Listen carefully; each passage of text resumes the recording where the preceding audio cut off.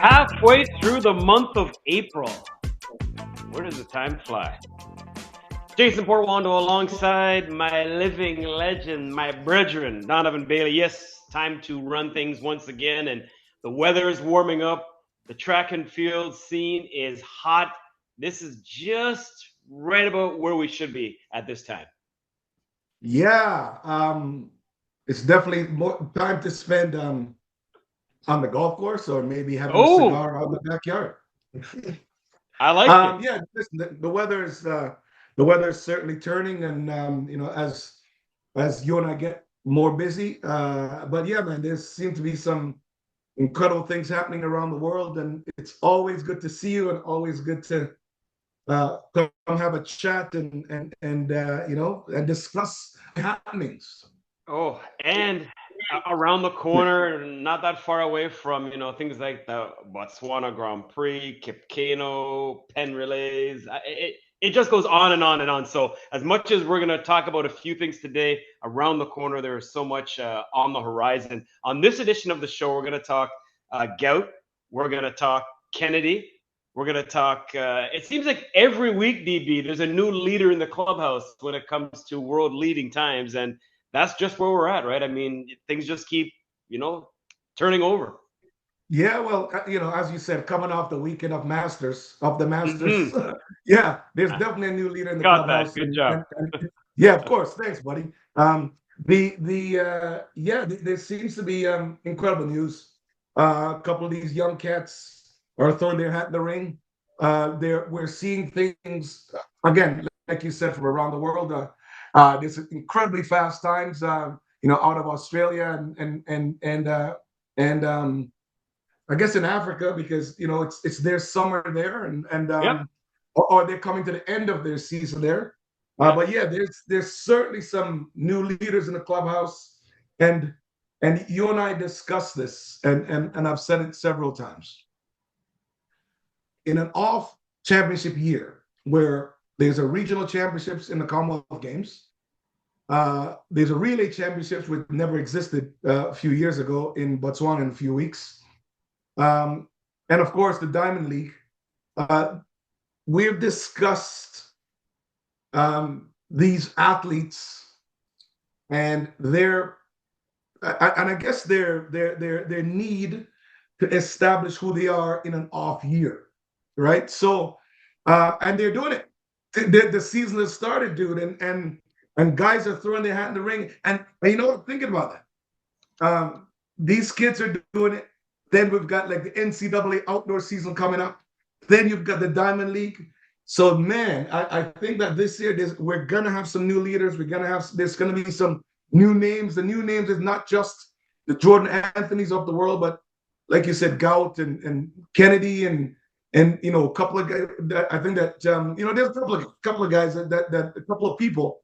And then, of course, we still have the old guard, the seasoned veterans, the established stars that are in the sport that have to come back and reestablish themselves. So there's certainly going to be a clash of new talent, right, or up and coming talent versus the people that have been there. And I'm going to see how this is going to play out. All right. Portuondo and Bailey ready to take you on that fantastic voyage we call Donovan Bailey Running Things. Just sit back, relax, and enjoy. We got you for the next half an hour or so. Green jacket. Not sure what his size is, but Gout looks good in a green jacket. He is the master of this week's edition of the program. We will get to our race of the week, as always, brought to you by our good friends at BioPods. Check them out, biopods.com. Remember what natural, pain-free movement feels like with BioPods and barefoot science. Let's get it. Away, so he's three from the left, got out pretty well. Hughes got out slightly better. Law, Murphy's had a big first 100. Gout's got work to do. Hughes leads him into the straight. Gout gets up alongside of him. Murphy tries to get up alongside Gout. Gout's in front. He's coming away now from Murphy. Can he be as quick as this morning? Oh, incredible.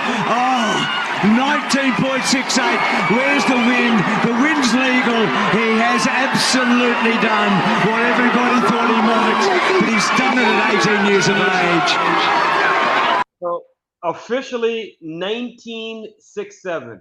And no, we're not talking about the last time the Maple Leafs won the Stanley Cup. We're talking about a time that's almost unheard of for a guy who is 18 years of age. Obviously, it's a U20 world record. It's an Australian record, an Australian junior record. This guy's producing more records than Motown. Unbelievable. What was your initial thought when you heard the time of 1967? Well, first, I want to tell all my fans around the world that the Maple Leafs are a hockey team in Toronto. Very nicely done. Yeah, listen, dude. Jason, I love this kid. I think that he has the potential to be one of the greatest athletes in the world. I know that there is a ton of pressure from his country, from his home country, and certainly from all track fans around the world. There are people, unfortunately, I mean, this is really a pathetic thing. This is a criticism. Unfortunately, we live in a world where people are always trying to replace their legends. And, a lot of times you hear people talking about the next Usain Bolt. Right. Well, Gout Gout certainly is one of the fastest, or is the fastest U20 athlete ever. But certainly watching the race, Jason, as you just asked me, to your question, watching the race, for me, it didn't look like it was 19.67. I mean, I've never ran 19.67, so I don't know what that feels like. Right. Technically, I thought he ran a very sound race. And, especially in the last, just him staying relaxed and driving through the line last, 60 or 70 meters, where he gapped. I think that the next kid was Murphy. The field that he was competing against, I don't know if that's a world-class field. I don't know if any of those other athletes are ever gonna make it to a Diamond League race, much less a final. Maybe those guys are relay guys. So I love the fact that he broke the U20 world record, but I'm concerned because I believe that now, he's 18 and he's going to get thrown to the wolves. I think I just read this morning that he's going to be, I think, in Oslo or Lausanne or one of them, where he's going up against Tebogo. Oh, people forget that Tebogo is in his early 20s. Right. You know what I mean? And that's, the Botswanian kid that ran 9:89 and 43. So concerned that this young kid, Gout Gout, is going to get thrown to the wolves. And the athletes that are older now are understanding the game, understanding that if you got some young guy coming up, your job is to eat them. Your job is to destroy them, right? So, I'm going to watch to see exactly how this plays out. If Gout Gout is leaving, from the Australian Championships, where he's definitely the man, and it's very early in the season. It's April, dude. It's April. I'm just saying there's so many things going through my brain right now. It's extremely early in the season. He just ran the fastest time ever. He's got to go to the Diamond League and take on guys who have been preparing themselves for the European outdoor season, where track and field talent is at its best. I don't know if he's going to run in the relay. Don't know if he's going to go to the Commonwealth Games. So management of Gout Gout right now is essential and extremely important. Managing his race schedule is very important. Understanding that if he, running 1967 right now, what he has is, he's on everybody's radar. He was the greatest. He was the best potential athlete last week. Last week, he was like, oh my God, you see this kid from Australia? He's amazing. Now, when you drop a bomb, when you drop 19.67, right? It simply means now that you're now in the middle of the lane. You're putting seats in, you're putting bombs in the stand. You're putting, your people are buying tickets to come and watch you run against Noah Lyles and Kenny Bednarik, and the Jamaican squad. You got 4 of them. You know what I mean? Like, you got Keely Simbini. I mean, even Amanyama, I mean, Tebogo. And that's just some of the guys. That's just some of the old folks. There's all kinds of new guys that's coming up right now. So, back to answering your question, I congratulate Gout Gout. I hope that this is an incredible, legitimate time. I definitely want to warn his coach, which I had a great conversation with her last year, and his management, to be very careful about the planning of how it is that they let him out to the wolves. Because at 18, I would like to see improvement year after year after year. When you run 19.6, dude, I mean, you might as well you start talking about 19.1. You know what I mean? Right. When you run 19, and also, I must mention this. For the entire field, I think that there's an incredible improvement. From what you're doing is hovering around the 20-second mark, 21.3, 21.4, 21.5 for all the guys in the field. Right. And then you go from that to 1967. I'm saying to you that there's a ton of expectations right now. And I'm definitely going to watch to see how this is going to play out, dude. This is going to be, again, great start to the podcast today. And I definitely want to see how this is going to play out for the rest of 2026 season. Yeah. To put this in perspective, if you look at a 5-year sample size of Gout, so in 2022, he runs a 21.14. 2023, he runs a 20.87. 2024, right, a 20.04. And then last year on Ostrava runs that 20.02. And how do you jump up that much to go 19.67? Dude, that's what I'm saying to you. Wow. Running 20.0 is like running 10.0, right? Mm. And your body become accustomed to maybe that kind of speed, that sort of execution, that kind of race management. But when you're going, 5/10, dude, you know what I mean? That like imagine anybody in track and field today running 10.0. I mean, we've got a ton of guys that's running 10.0. Right. But imagine that one of those guys pop out, and all of a sudden, the world record is 9.58 in the 100 meters. So one of those guys run 9.59. Imagine, right? So, anyways, because all of a sudden now it becomes management, like I said. Right. Gout is incredibly talented kid. A ton of pressure, like I said, from his country. But now the pressure only increases because now what you have is every single eye in the athletics world, the global athletic world, which is every single country in the world, right? Every single pair of eyes right now is going to be on him. So again, like I said before, management, race prep, who he goes up against, because I think that again, the young guys. Jordan Anthony was just talking. Jordan Anthony just entered the fray of global sprinters, right? Right. And all of a sudden, that guy's entering this year to become, like he wants to establish himself as the best guy. He started incredibly at the World Indoor Championships. He's going to go outdoors. You can't imagine what Jordan Anthony, the new young guy, the 21 or whatever he is, I can't imagine his practice where he's going, hold up, that kid's 18, bro, and that kid's gonna show up. I can't imagine what Fred Curley's talking about right now. I can't imagine. But again, I've been there. Where I'm the big dog. I'm the greatest, right, that stand on the track. And I'd see young guys coming up. I saw the Maurice Greens and Tim Montgomerys and all the young guys that came along when I was the big dog. I'm like, them guys ain't coming in here. They ain't getting nothing.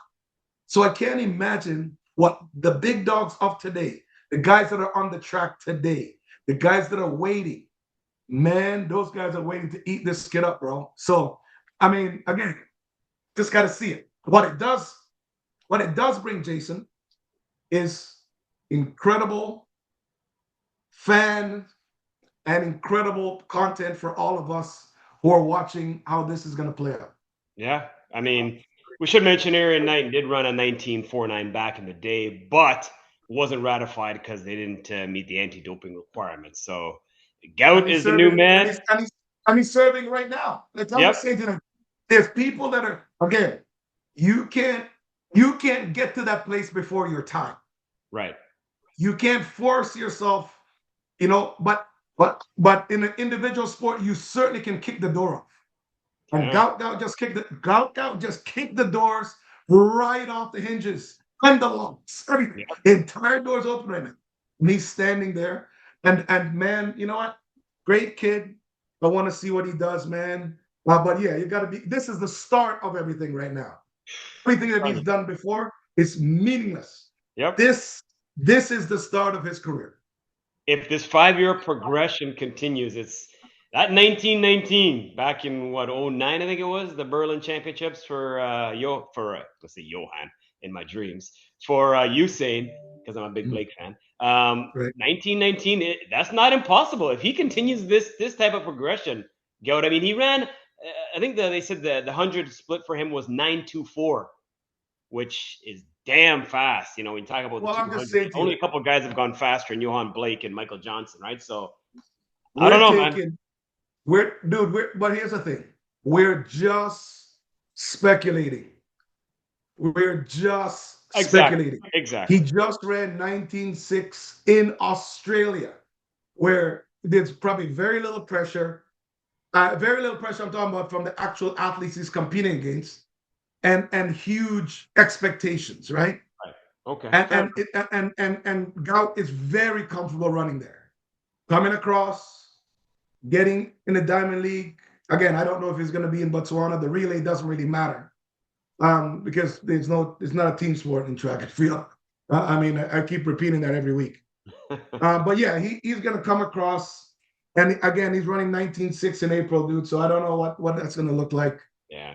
Come next month, because the season is starting like in a couple of weeks. You mentioned a couple of meets. That's the start of the season. Yep. So anyways, we'll see.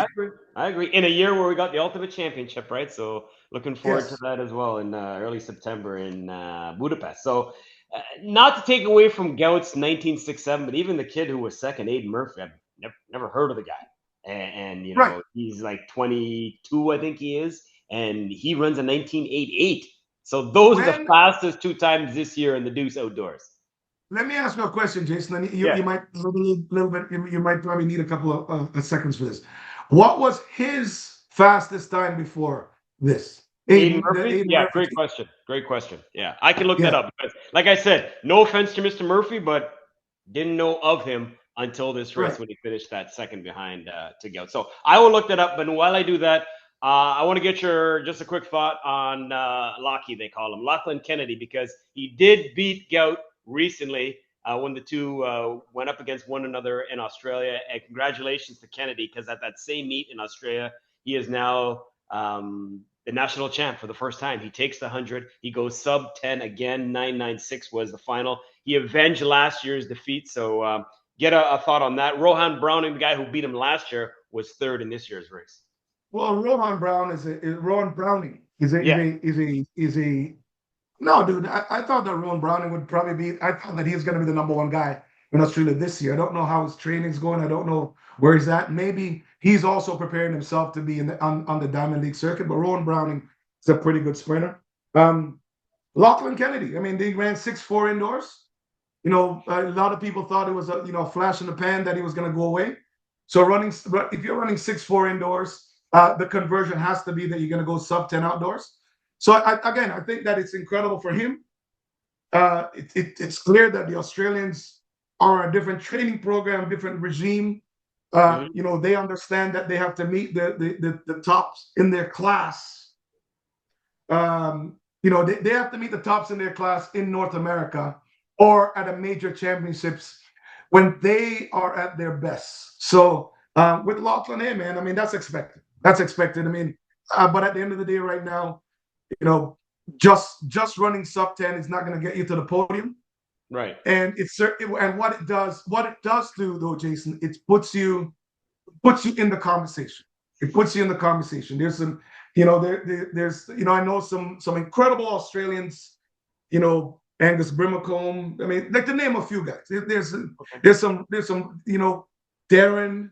There's a whole bunch of really good Australians that were around in my time because those guys were third in Atlanta, if I remember correctly. They were third in Atlanta. The relay team was third in Atlanta, or they were third in Sweden at the World Championships. What I do, it seemed that there's an incredible young crop of the Australians that are good and ready to take on the world right now. So I want to, again, I'm just watching. I haven't been to Australia in a minute. Maybe I need to go back and kind of see what this new crop looks like. Fair enough.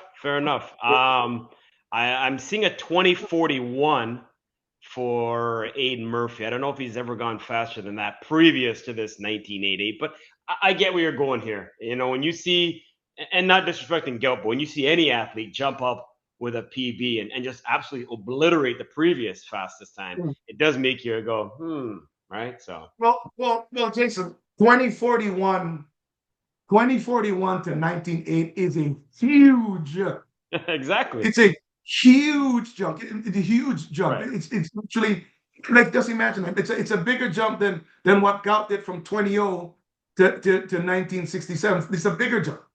Right. So again, here's what you don't want to do.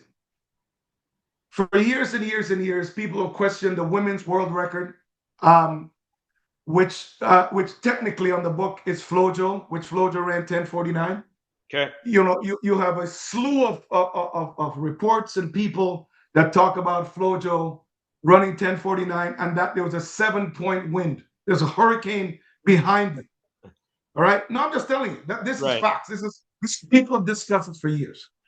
And so I just want to make sure that the self-esteem of this young man is never, ever affected by ambitious people who are trying to present him as the next great thing and forget about trajectory and forget about, growth and forget about how this is going to play out year after year after year. People to this day are still talking about Flojo owning the world record at 10:49, but then, there's evidence that on the other side of the track, there's a 7-meter tailwind, right? I just want to make sure that all is legit. Gout, it's 1.7 wind behind his back. Right. This kid ran a phenomenal time. And we will see how this all plays out. Because at the end of the day, we can sit here, Jason, and chat. But action is always going to tell the truth. Always. And the action is going to tell how good Murphy is, how good he is his next race. Like, again, we don't have to make this about Gout. Right. We're going to see, because if you run 19.8, you can't come back and run 20.6. You cannot. That's not how it works, right? You can't run 1967 and then come back and run 20.2. Like you just, I'm just saying, when you're in that form, it is what it is. And again, right now, it's Australian summer. It's hot there. So if he runs a race in the next week or so, we'll see exactly what kind of shape he's in. And then we're going to see what it looks like when he gets to the Diamond League in Europe. Let's switch gears. Let's talk about something outside of Australia. We head to Africa, actually. And let's select Tebogo. We know he can run the 1. We know he can run the 2. But most recently, he ran the 4. And the time of 44.37, good enough to be second fastest, I do believe, this year. We know that he's very talented. We get that. A very young man as well. I think he's like 21, 22. I think he's 22 years of age. We forget that.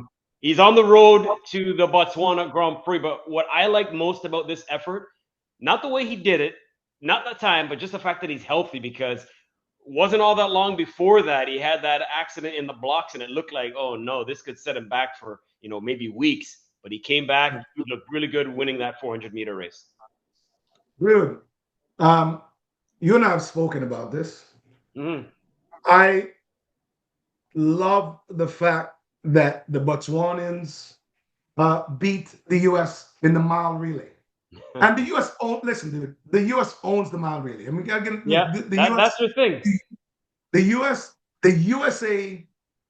Like if you're a betting man and you bet against the USA in any mile relay ever, I mean, you're taking a chance with your life, bro, because those guys love mile relay. The fact that the Botswanians called out the US and said, please come on my yard. We are hosting a party this year. Come here. And then you have the world champion opens up, in 989 for the 100. And then you have legitimate 9.8 guy, 19.5 guy, and 44 something. I mean, 44.3 you said. But Tebogo can go sub 44. We know that, right? Right. The fact that those guys are dropping that kind of time knows that they're hosting a party. And like every country that hosts a party, you prepare your athletes to drop licks, and those want to drop licks in the US. So I'm saying all of this to say this. I think the national hero of Botswana, Lestile Tebogo, is going to crush some people this year. He is systematically and chronologically looking at what the season looks like. Right. If he's open up, and as you said, Jason, we are very happy that he's healthy. Right. But if he goes out there, he runs the quarter in 44.3, and he was chilling. I don't know if you saw the race, but he was chilling for last. I mean, dude, he was just jogging. I mean, he's still the line. Yep. Right? So I'm just saying to you, you're running 44.3, and you're shutting it down. It means that you're ready to go. So is the ball ready for the American? Well, the Americans aren't going.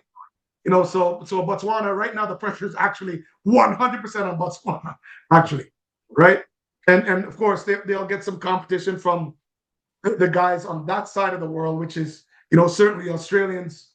The Australians should be ready. South Africans, Kenyans, they should be ready. But that's where they are.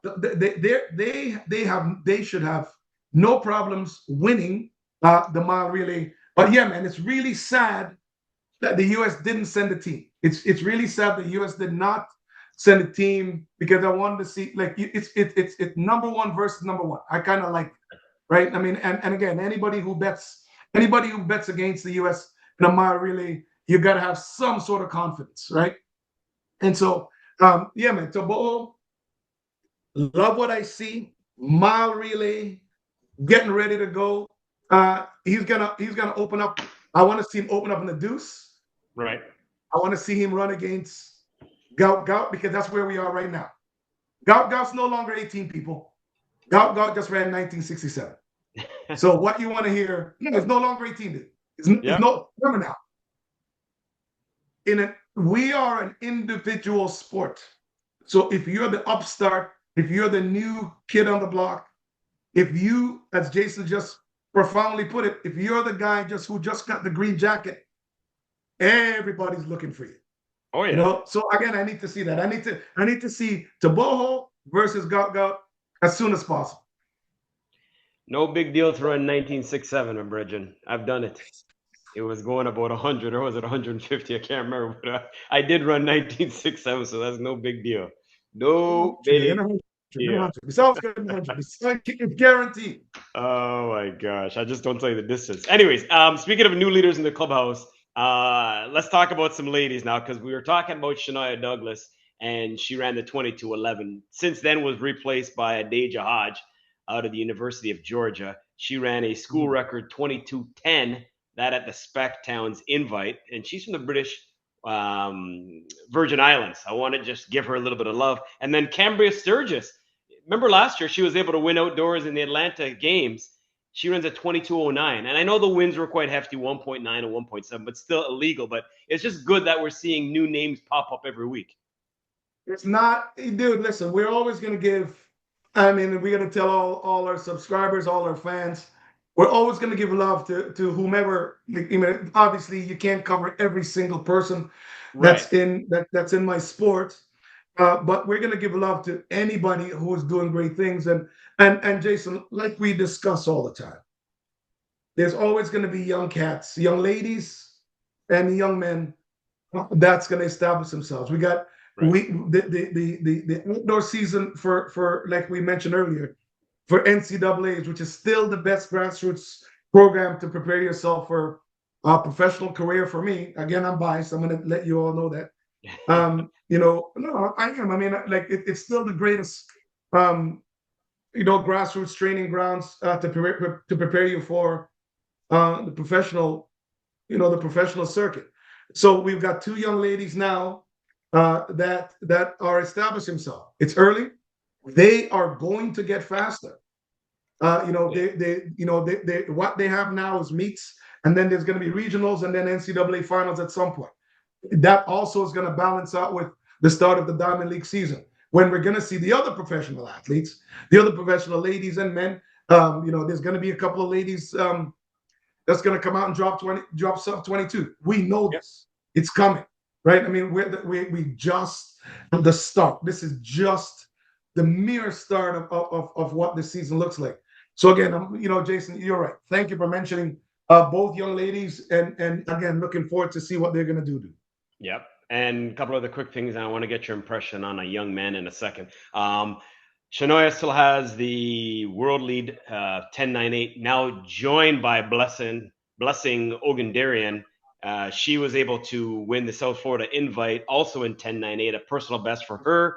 She's the 9th Nigerian woman to break 11 seconds. Quincy Wilson at the Arcadia Invite lowers the meet mark there for 400 meters from 45.51. That was Michael Norman back in the day. 10 years ago, Quincy goes in 45.43. He just turned 18 in January. And Amir Thompson, I bring up this name because I'm sure you know it, but a lot of people out there do not know it. Amir Thompson is the son of the Bayesian runner Obadeli Thompson, and his mom is Marion Jones. So talk about a regal pedigree there. And Amir is now the number 2 U20 runner when it comes to the 200 meters. He went 20:40 at Arizona State. And only Walter Dix has gone better, faster, 20:37 back in 2005. Well, dude, here's the thing.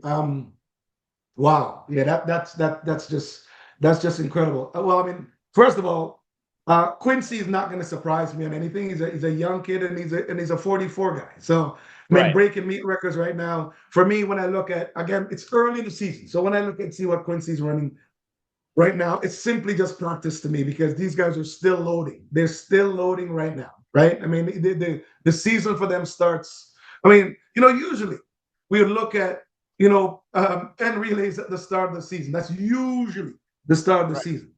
But obviously, with the global love for track and field, and the fact that social medias allow us to, you don't have to travel to those places. You can actually get meet results at your fingertips right now. I think it's incredible.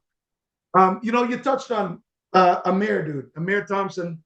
First of all, Obadeli is one of the greatest human beings in the world, man. I like that guy. And Obadeli really probably doesn't get enough love, because this is the guy who ran, 19, sub 20, sub 10, 9.6. I was actually in Texas El Paso when he ran the windy 9.6. It was a 9.69 that he ran. I was actually there at the competition. So always great love and respect for Oba. Oba should have been one of the greatest athletes ever, and also was a great training partner. Now, Amir is like, imagine the talent, bro. Your mother is one of the greatest sprinters, albeit the mistress. Your mother is one of the greatest sprinters that ever lived, and your dad is one of the greatest sprinters, to me, that ever lived. It's a lot of pressure, kid. It's a lot of pressure. Exactly. Here's the thing, though. I mean, as a man, I mean, I don't know Marion Jones that well, but his mother, but I do know Oba. And Oba's a good dude, and Oba's structured, and Oba can be disciplined. So I think that this kid has incredible talent, incredible genes, fantastic pedigree. And so there's only great things. No pressure, by the way. No pressure from Uncle Donovan. But he's got, but I think that he obviously, he's going to be managed and guided and structured by his mother and his father, because they know the pitfalls. Right now, he's a kid in university, and there's so much incredible upside for him, man. And I wish him the best. Wish him great health because that's the number one thing. And then, I definitely know that he'll be guided by by both his incredible parents. Yeah, that is a rich, regally pedigree breeding there. That's awesome there. So yeah, congratulations to Amir. Speaking of hot, we got to get to our folks at the Great Canadian Sauce Company who always support this program, and they are the sponsors of our anchor leg, and we're going to get to that now as we wrap up this edition of Donovan Bailey Running Things. A clean exchange with Donovan Bailey is pouring it on. Carolina Reaper. Ooh. Yes. Hot. Yes. That's hot. What about the Jamaican jerk? That's I haven't pretty tried good. that one yet. You haven't? Well, I mean, listen, you have all of it, so you can try what. Yes. By the way, yes, Jason's talking about the Great Canadian Sauce Company, who is our sponsor. The Carolina Reaper is fantastic. By the way, if you're an oxtail fan or any stew, and I mean, I like to eat it in like a whether or not in my case it's curry goat or oxtail or whatever. Yeah, man, the Carolina Reaper is fantastic. But yeah, and of course, All right. the jerk sauce, stick that on some chicken and throw it on the barbecue. It's that, but Jason, it's that time of year, isn't it? It is. So yes, get out there and get the Great Canadian Sauce Company. Greatest hot sauce. We've got 4 on the shelves, nationally, right across Canada. So go out there and go get it. All right, we're gonna run the gauntlet here quickly. First up, we love when our viewers, our listeners like to interact with us here on the program. Jam Posse 22 Flat wants to know your favorite venue to run at back in the day. Oh man, still is. I love Berlin. I mean, right. I love Berlin because there's so much. I loved Berlin because there's so much history. I mean, Jesse Owens kind of went there and took on the entire world. In a time when people didn't look at you as a full human being. Jesse Owens went there and broke 4 world records, bro. Just crushing people. There's a few places, man. I love London also, Jason. I gotta tell you, I love London because it's London, and there's always a stance full of British yacht people. Right. I really love Monaco too because it just always made me feel comfortable. I mean, those are the 3 places that come to mind immediately. Perfect. Running Rampant wants to know your thoughts on athletes, changing distances or disciplines. I mean, we've seen, Colin Kibben go from the 4 to the 1. We talked about Tebogo earlier today, running the 4. On the ladies' side, Keely Hodgkinson, she's known for her prowess in the 800 meters. She says she's going to run the 1 lap. That coming up in the Diamond League at Italy. We've seen Femke Bol go from the 400 hurdles to the 8. Sydney McLaughlin-Levrone from the 400 hurdles to the 400 flat. So what's your take on athletes just changing distances or disciplines? Well, listen, I love it if you have the capabilities because ultimately it's different training. It's a different training. I mean, at the end of the day, Keely is if she's running the 400 meters, it's simply speed work.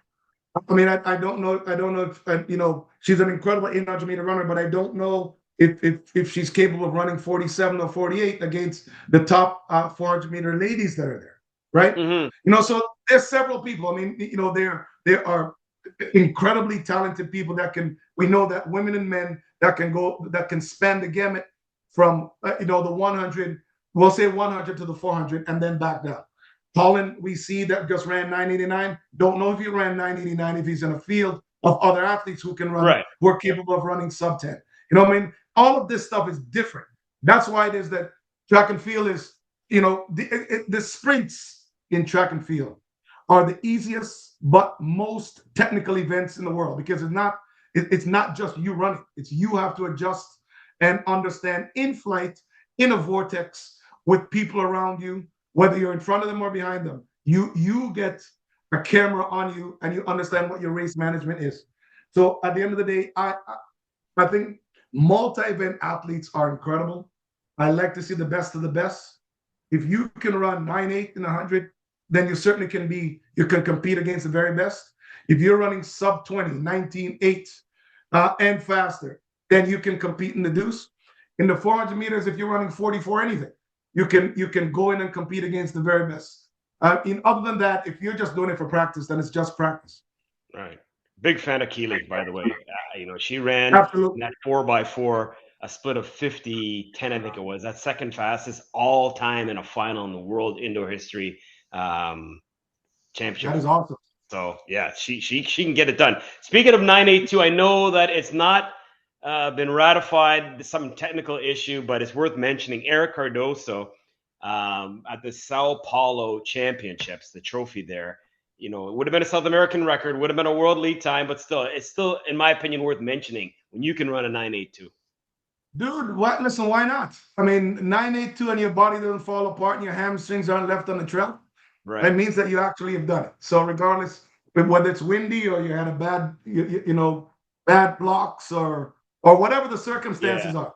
I mean, you have to mention this young man, Jason, because at the end of the day, his self-esteem, regardless of what the meet results is going to be in the end, if you're running 9.8, your self-esteem is at another level now, and at least he knows that he's capable of jumping in and running against these other athletes that are running 9.8 or 9.9. Right? He knows this. He knows that his body's capable of doing it.